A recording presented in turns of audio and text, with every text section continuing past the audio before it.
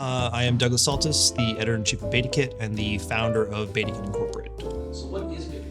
BetaKit is Canada's publication of record for all things tech, startup, innovation. BetaKit's actually been around since 2012, so over 10 years now, starting initially as a Canadian-based publication focused on global tech events, and then pivoting in 2013 to Canadian-based, Canadian-focused. We always want to make sure that we're locked in on early stage founders and up. We kind of want to get them as early in the ecosystem as possible. But then in covering that, it leads to investors, C-suite execs, people tracking the ecosystem more broadly. But I think you have to have a core audience that you support every day.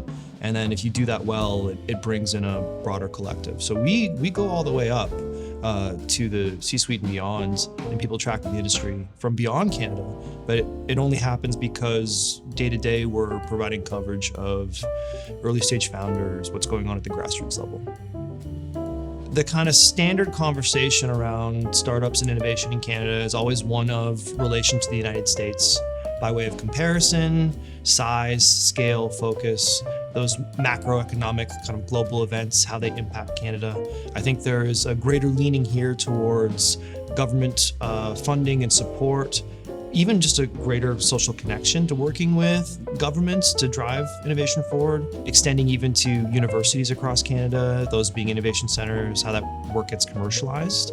But really the big conversation is how do Canadian founders compare to the best startups in the world and predominantly in the US? At the end of the day, people need to know where the deals and dollars are going. The day-to-day events of funding, acquisitions, things like that. It's very important for us as a publication of record to kind of document the activity. Beyond that, I think they're coming to us for the context, why it matters, how it connects to the historical. As someone who's been in this space for 20 years now and been reporting on startups specifically for about 10, understanding the macroeconomic events that are happening in 2023 and how they might relate to the dot-com crash or 2008 is really important to set context and perspective and not be too dramatic, but not also be too underwhelmed by the day-to-day news. So it starts with making sure people know what's going on at a daily and a weekly level, and then it expands to the context of why that matters, why it's important, and who it's impacting. So I have been podcasting since at least 2008. I don't know how many podcast episodes I've done because most of those podcasts are dead and gone now. The BetaKit podcast has been around for just under 300 episodes. We're going to do our 300th episode this year, which is a lot. It has taken on a bunch of different forms. We did a pandemic special series focused on the Black Swan event and how it was impacting startups, and we've evolved it from being purely audio locally recorded to then audio remote recorded to now in person again, expanding to video, experimenting with new formats, doing in-person events, live events with people.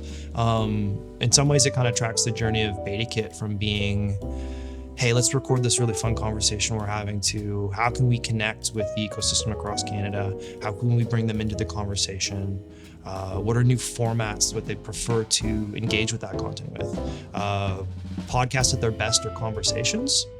And conversations can be enjoyed when you're walking around downtown with your headphones in, or they can be enjoyed sitting and watching people on stage, or they can be something that you're watching because there's a dynamism to 2 or 3 people in a room really connecting with each other. So we're kind of looking to expand across all of those formats, and it's been interesting to see immediately what works in audio that might be not right for video, or cool things that we can do with video that we would have never tried before because we didn't have that option. Sometimes for me, it's tone.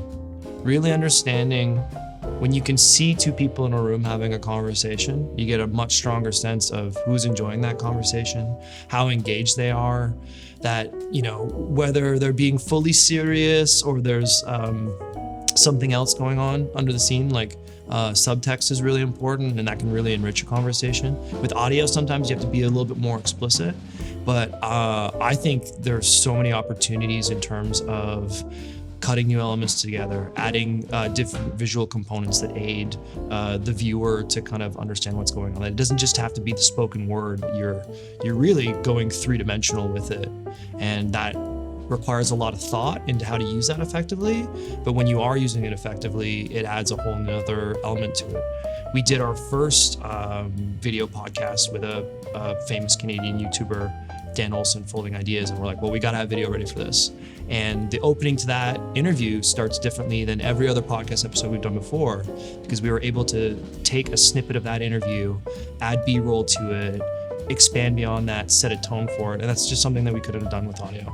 And it was kind of a light bulb moment for us. But I think working with StartWell and what we're doing in the studio here has allowed just a visual element where it almost brings you in before anyone said anything, because there's an intimacy there, there's a focus there. Again, there's that tone and context that's being applied.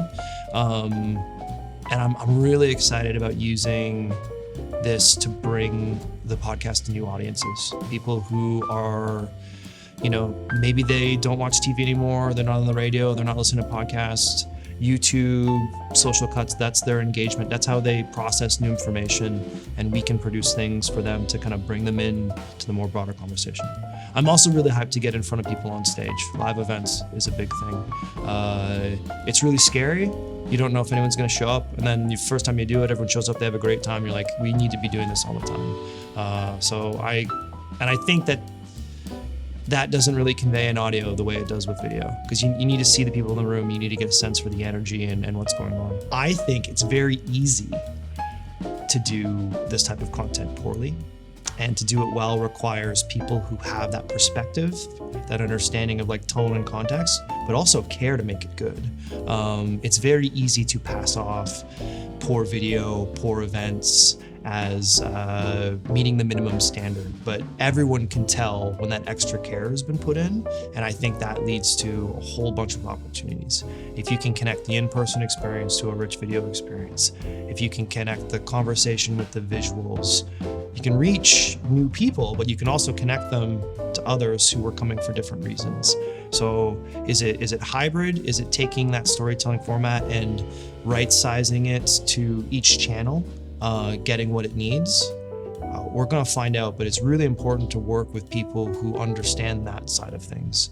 And for us, not coming from that place, respecting the work that goes in, having like a turnkey solution, that's the game changer, because you're not thinking about the production considerations. You're thinking about how you can use the production talent to achieve the conversations, the storytelling that you that previously were just sitting in your head. So when we're in the podcast studio, it's a very intimate set.